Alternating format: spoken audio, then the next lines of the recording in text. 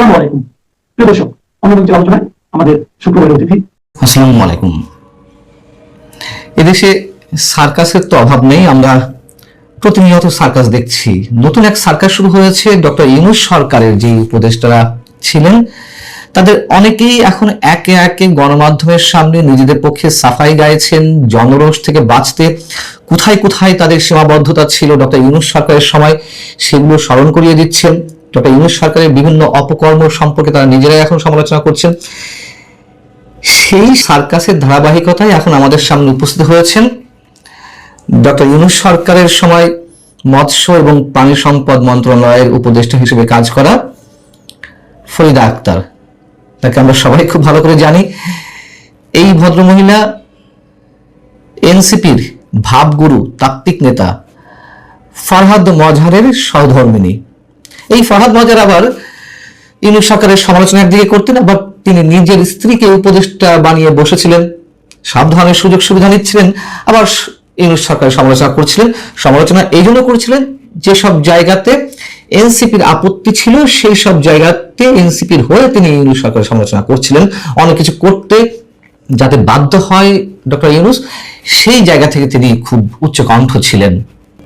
এই মুহূর্তে সবচেয়ে বিতর্কিত যে বিষয়টি যুক্তরাষ্ট্রের সঙ্গে আমাদের বাণিজ্য চুক্তি, সেই বাণিজ্য চুক্তি যে কতটা ভয়ঙ্কর, আমাদের বিষ পান করার মতন একটা চুক্তি ডক্টর ইউনূস সরকার করে গেছে, সেটি এখন আমাদের সবার কাছে মোটামুটি খোলা আসা। সেই বিষয় নিয়েই এখন ফরিদা আক্তার সেমিনার সিম্পোজিয়ামে কথা বলছেন। তিনি কতটা বাধা দিয়েছিলেন, কতটা আপত্তি জানিয়েছিলেন এই চুক্তির বিষয়ে, এবং এই চুক্তি যে কতটা ক্ষতিকর বাংলাদেশের জন্য, না আত্মহত্যার সামিল, সেই বিষয়গুলো তিনি মনে করিয়ে দিচ্ছেন। এবং তার সর্বশেষ পদক্ষেপ হিসেবে তিনি ডেইলি স্টারে একটি দীর্ঘ আর্টিকেল লিখেছেন। সেখানে তিনি যুক্তরাষ্ট্রের সঙ্গে বাণিজ্য চুক্তির আওতায় মাংস, পোল্ট্রি এবং অন্যান্য প্রাণীজ পণ্য যে আমদানি করা হবে তার ভয়াবহতা সম্পর্কে তুলে ধরেছেন। এর আগেও তিনি একটি সেমিনারে এই ধরনের কথা বলেছিলেন। এই আর্টিকেলেও তিনি বলেছেন যে কথা, সেখানেও তিনি বলছিলেন যে নির্বাচনের মাত্র 3 দিন আগে এই চুক্তি হয়নি, বরং প্রক্রিয়াটা অনেক আগে থেকেই চলছিল। একটি দেশের সঙ্গে আরেকটা দেশের চুক্তি হচ্ছে, সেখানে আমরা গোপন রাখার কথা মেনে নিয়ে বসে আছি। এমনকি সরকারের ভেতরেও সবাই সবটুকু জানতে পারবে না, এটা তো হতে পারে না। অর্থাৎ তিনি বলছেন যে তিনি যতটুকু জানতেন সে বিষয়ে তিনি প্রতিবাদ জানিয়েছিলেন, আপত্তি জানিয়েছিলেন, আবার অনেক কিছুই জানতেন না যা এখন আমাদের সামনে আসছে। তার বিষয়ে দু একটি কথা বলবো পরে, তার আগে তিনি তার সেই দীর্ঘ আর্টিকেলে আরো কি কি বলছেন সেটা একটু ছোট আকারে বলি।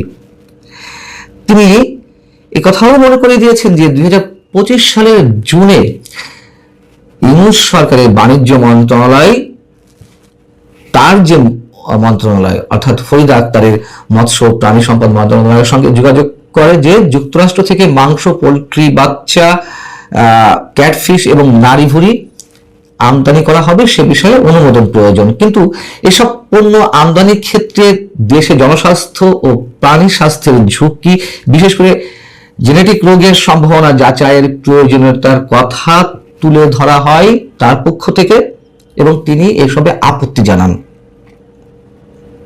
এবং যেই পণ্যগুলো আসবে তার টেস্টিং ব্যবস্থা বাংলাদেশে থাকবে না সেটি উল্লেখ করে তিনি বলছেন যে যুক্তরাষ্ট্র উচ্চমানের টেস্টিং ব্যবস্থা থাকলেও আমাদের দেশে সে দেশের পণ্য আসার আগে নিজস্ব পরীক্ষার ব্যবস্থা থাকতে হবে।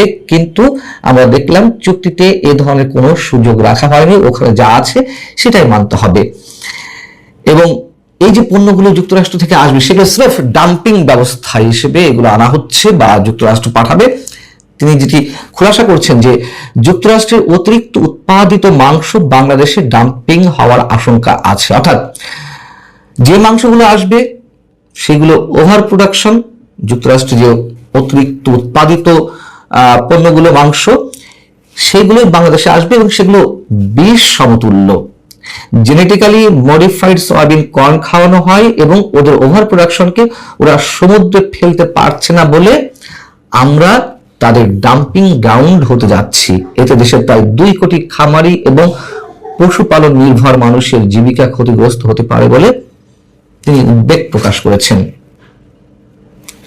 এবং তিনি যা বলছেন কথাগুলো কিন্তু সত্য, অবশ্য সত্য, কিন্তু কেন এখন এই পর্যায়ে এসে বলছেন? আরেকটু বলে তিনি কি বলছেন আর্টিকেলে, নাগরিক হিসেবে সরকারের একজন হিসেবে আমি যুক্তরাষ্ট্রের সঙ্গে বাণিজ্য চুক্তি তীব্র বিরোধিতা করেছি, শেষ দিন পর্যন্ত লড়েছি, তবে শেষ পর্যন্ত সরকারের ভেতরে থেকেও চুক্তি ঠেকাতে পারিনি। এই না পারার দায় আমারও রয়েছে। বেশ ভালো কথা, আপনি সত্য বচন উল্লেখ করছেন, আপনি দায় স্বীকার করে নিচ্ছেন।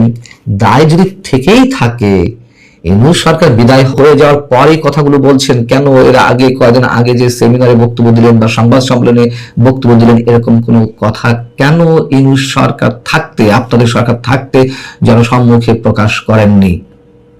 ভয় কি ছিল? উপদেষ্টা পদ চলে যাওয়ার? এখন একেবারে ফেরেশতা সেজে যাওয়া হচ্ছে। মুদ্রা কথা এটুকু স্পষ্ট করে বলতে চাই, দায় আছে যদি এমনটা মনে করেই থাকেন, মামলা ঠুকে দিন আদালতে। আপনার নিজের সরকারের বিরুদ্ধে মামলা করুন, ডক্টর ইউনূসের বিরুদ্ধে মামলা করুন, এবং সেই মামলার রাজসাক্ষী হন। দেখি তো কতটা দেশপ্রেম আপনাদের মধ্যে রয়েছে। তিনি আবার করণীয় সম্পর্কে বলে দিচ্ছেন যে যুক্তরাষ্ট্রের সঙ্গে এই ধরনের পারস্পরিক বাণিজ্য চুক্তি 9টি দেশের সঙ্গে হয়েছে, তার মধ্যে একটি মালয়েশিয়া। এই মালয়েশিয়া 2026 সালের 15 মার্চই তারা এই চুক্তি থেকে সরে আসে, চুক্তিকে অকার্যকর ঘোষণা করে। এই ঘটনা বাংলাদেশকে চুক্তিটি সম্পর্কে পুনর্মূল্যায়ন করতে অথবা মালয়েশিয়ার সিদ্ধান্ত অনুসরণ করতে সরকারকে উদ্বুদ্ধ করবে।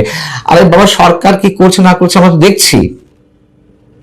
সেই সরকার, মানে বর্তমান বিএনপি সরকার, যাতে এই ধরনের চুক্তি বাস্তবায়নের পথটি অব্যাহত না রাখে তার জন্য উদ্যোগী হন, আরো উচ্চকণ্ঠ হন।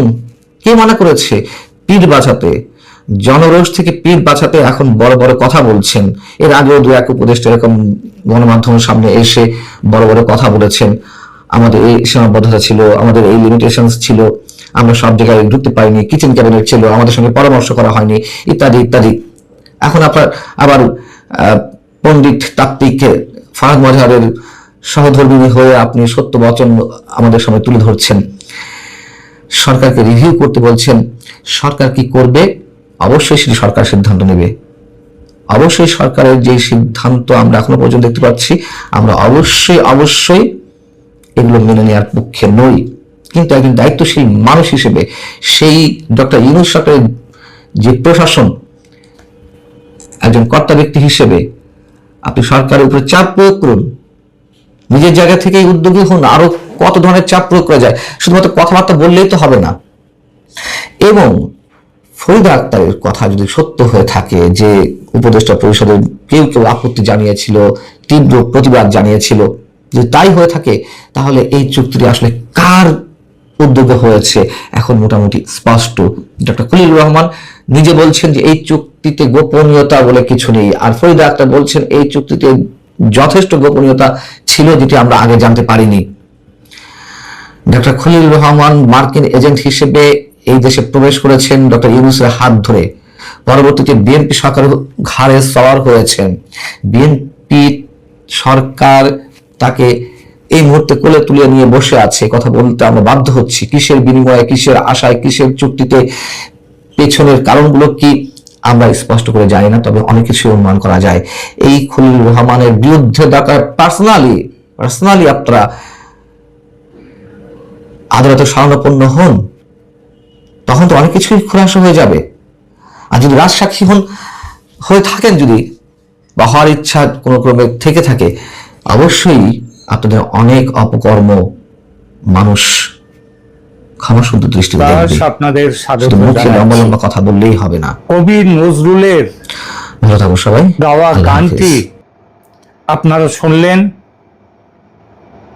আমাদের মুখ্যমন্ত্রী, এই রাজ্যের মুখ্যমন্ত্রী মমতা বন্দ্যোপাধ্যায়ের কণ্ঠে। গানটি আমার যাওয়ার সময় হলো। যখন তিনি গেয়েছিলেন গানটি, এই গানের নিশ্চয়ই আজকের কথা মানে আজ 30 এপ্রিল, গতকাল 29 এপ্রিল দ্বিতীয় দফার ভোট হয়ে গেছে এবং মানে বাংলার এই রাজ্যের 294টি আসনে ভোট পর্ব শেষ, ভোটের রেজাল্ট আটকে আছে ইভিএম মেশিনে। কিন্তু ইভিএম মেশিনে আটকে থাকলেও বাজারে যে জোর হাওয়া, সেই হাওয়া বলছে, অনেকেই বলতে পারেন এটা জোর হাওয়া নয়, কারণ একেবারে জোর হাওয়া ঝড় বলতে যাকে বোঝায়, যেটা 2011-তে উঠেছিল, ততটা নয়। ততটা কিনা সেটা অন্য প্রশ্ন, কিন্তু একটা হাওয়া বড় জোর, খুব জোর উঠেছে।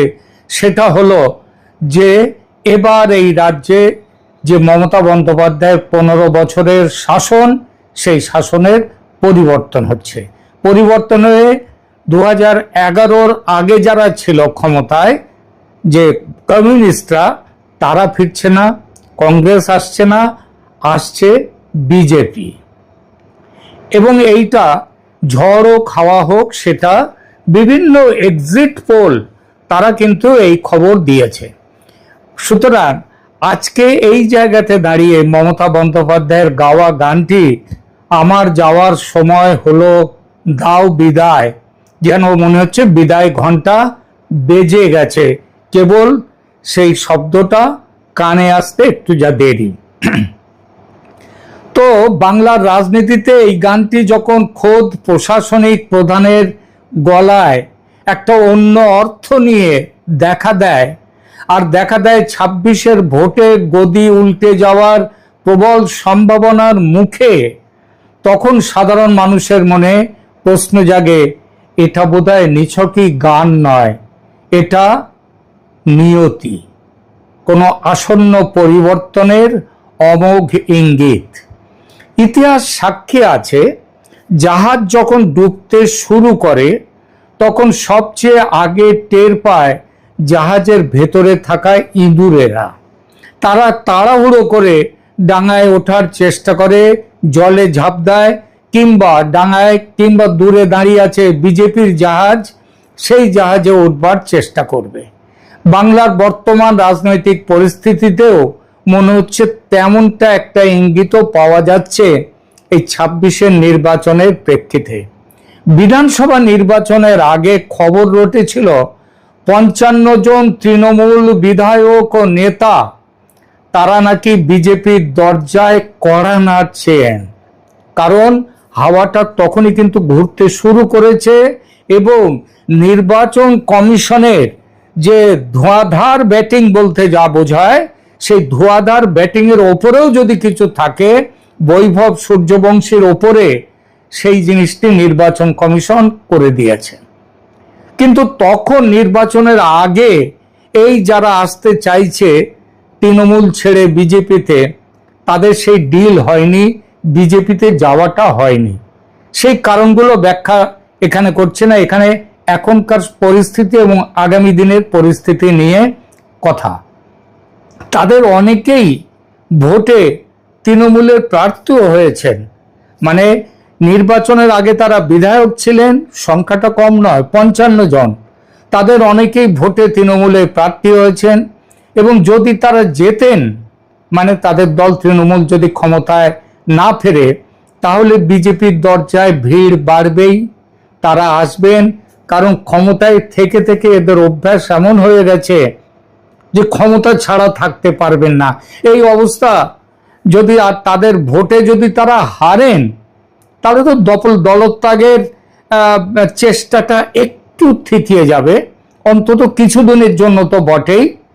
তো আমরা আজকে আলোচনা করব এই দল বদলুদের নিয়ে বিজেপির কৌশল কি হওয়া উচিত, আর মানুষ কি চাইছে বিজেপির কাছে, আর কেনই বা মানুষ তৃণমূলের ঘুরে দাঁড়ানোর সম্ভাবনাটাকে দেখতে পাচ্ছে না, কেন মানুষ মনে করছে যে সংস্কার এখন তৃণমূলে এক অসম্ভব কল্পনা, সুতরাং তৃণমূলের মুখ চেয়ে আর লাভ নেই।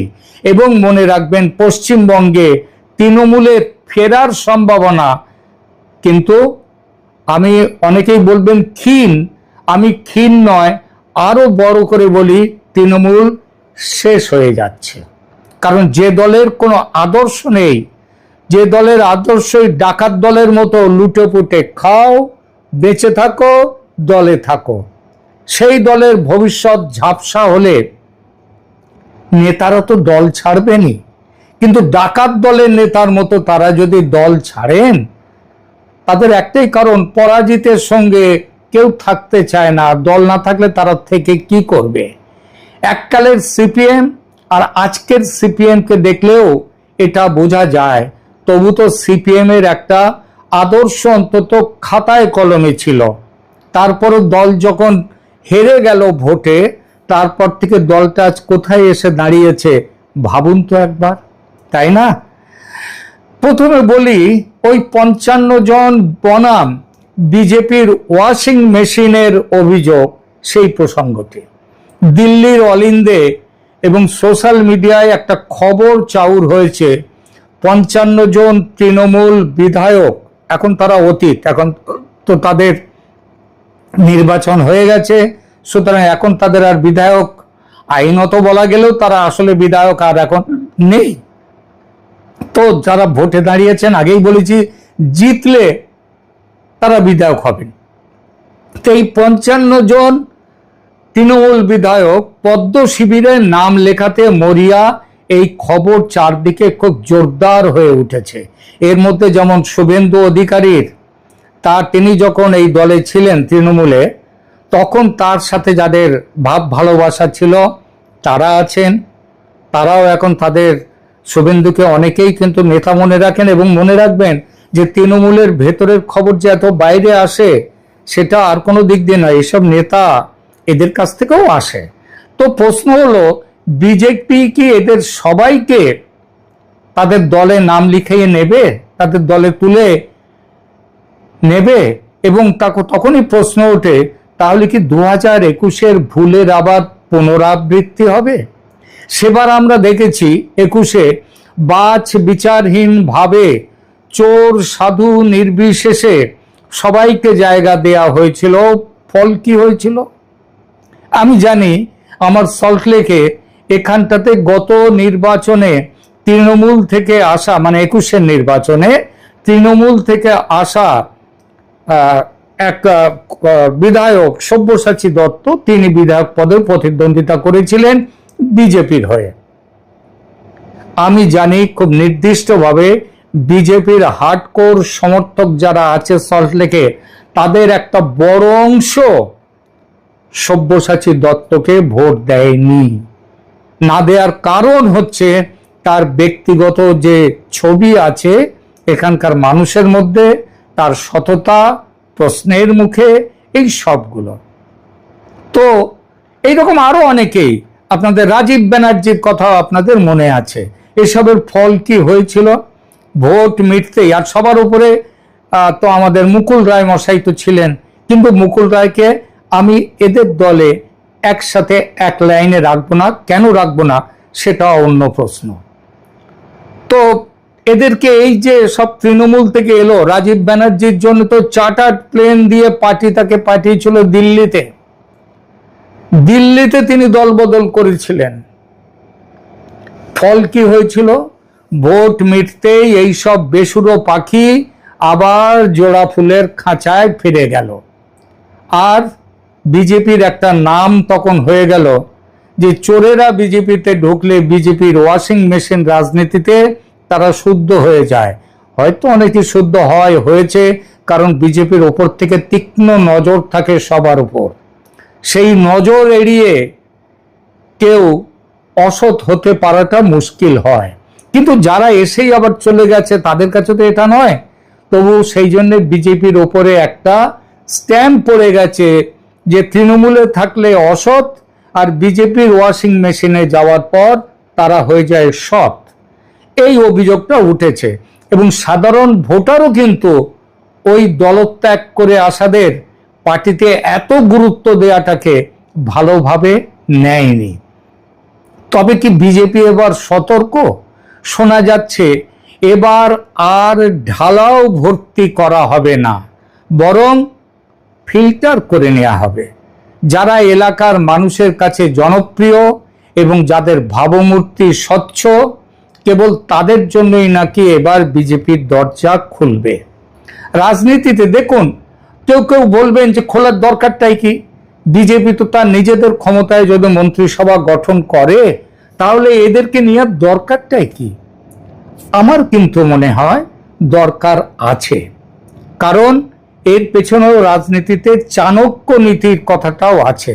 আজকে যারা এই রাজ্য নয় বিজেপির কেন্দ্রে রয়েছে যেসব নেতা, তাদের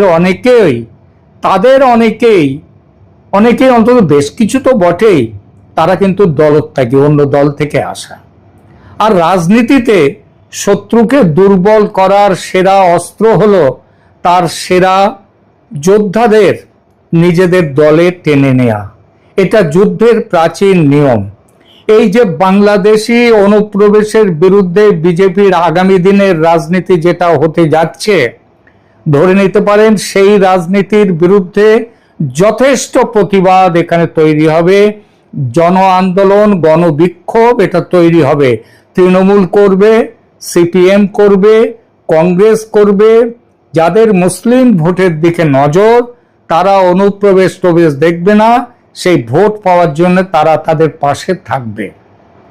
সুতরাং যদি তৃণমূল কংগ্রেসের বেশ কিছু নেতাকে, যাদের অন্তত গণভিত্তি আছে, তাদেরকে বিজেপিতে টেনে নিলে সেই দিনগুলোতে কিন্তু লড়াইটা মানে বিজেপির বিরুদ্ধে বিক্ষোভটা সেভাবে তৈরি হতে পারবে না, সেটা দুর্বল হয়ে যাবে। সুতরাং এই যে তৃণমূল কংগ্রেসের কিছু মানুষ যাদের ক্ষমতা আছে, জনভিত্তি আছে, যাদের স্বচ্ছতা আছে, তাদের নিজেদের দলে টেনে নেওয়াটা যুদ্ধের প্রাচীন নিয়ম। কিন্তু এখানে আরেকটা প্রশ্ন ওঠে, সেই যোদ্ধা যদি ট্রোজান হর্স হয়, অর্থাৎ ভেতর থেকে আপনার দলটাই যদি ভেঙে দেয়, যেমনটি হয়েছিল 2021-এ, বিজেপিকে এই উত্তরটা খুঁজতে হবে। এরপরে দু কথা বলি, কেউ কেউ বলতেই পারেন এবার ধাক্কা খাওয়ার পর তৃণমূল কংগ্রেস তাদের মধ্যে একটা শুদ্ধি অভিযান করবে। আবার কেউ কেউ সেই বিষয়টা নিয়ে পরে আসছি। এখানে যে তৃণমূল থেকে দলত্যাগীদের আসার প্রসঙ্গ নিয়ে কেউ কেউ প্রশ্ন করতেই পারেন যে তৃণমূলে কি আজ কোনো সাধু আর অবশিষ্ট আছে? তৃণমূল এমন একটা দল যে দলে কোনো সাধু থাকতে পারে না, এটা তো বলাই হয় ওটা চোরের দল। সুতরাং কেউ যদি বলেন তৃণমূলে আবার সৎ নেতা কথা কোথায়, তাহলে খুব একটা ভুল যে বলবেন তা নয়, কিন্তু ভুল আছে।